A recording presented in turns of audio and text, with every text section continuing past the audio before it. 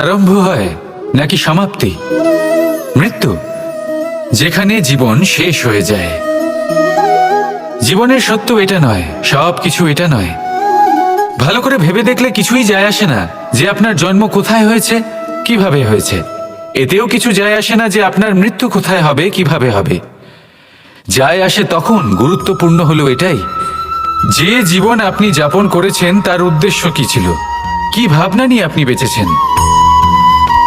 এখন যদি আপনি এমন কিছু করেন যার দ্বারা এই সংসার আপনার থেকে জীবন যাপনের প্রেরণা পেতে পারে, মৃত্যুর পরেও আপনার কর্ম দেখে তা স্মরণ করে জীবনে বাঁচতে শেখেন, তাহলে তার তাৎপর্য হলো আপনি নিজের কর্মের দ্বারা, নির্বাচনের দ্বারা অমর হয়ে গেছেন।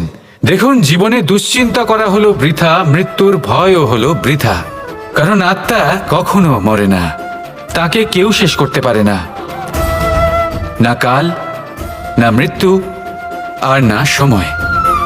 যদি এমন কিছু থাকে যা আপনার আত্মাকে শেষ করে দিতে পারে, তাহলে তা আপনারই নিজের দুষ্কর্ম। তাই এই যে জীবনকাল আপনার কাছে রয়েছে, তাতে শুধু শুভ কর্ম করুন, দুশ্চিন্তা করা ত্যাগ করুন। এমন কর্ম করুন যা দেখে সংসার উচিত পথে চলে আসবে, শুভ কর্ম করবে। যদি আপনার মৃত্যুর পরে সংসার আপনাকে স্মরণ করে শিক্ষা লাভ করে, উচিত পথে চলে, প্রেরিত হয়, তাহলে আপনিও অমর হয়ে যাবেন। আসুন আমার সাথে ভালোবেসে বলুন, রাধা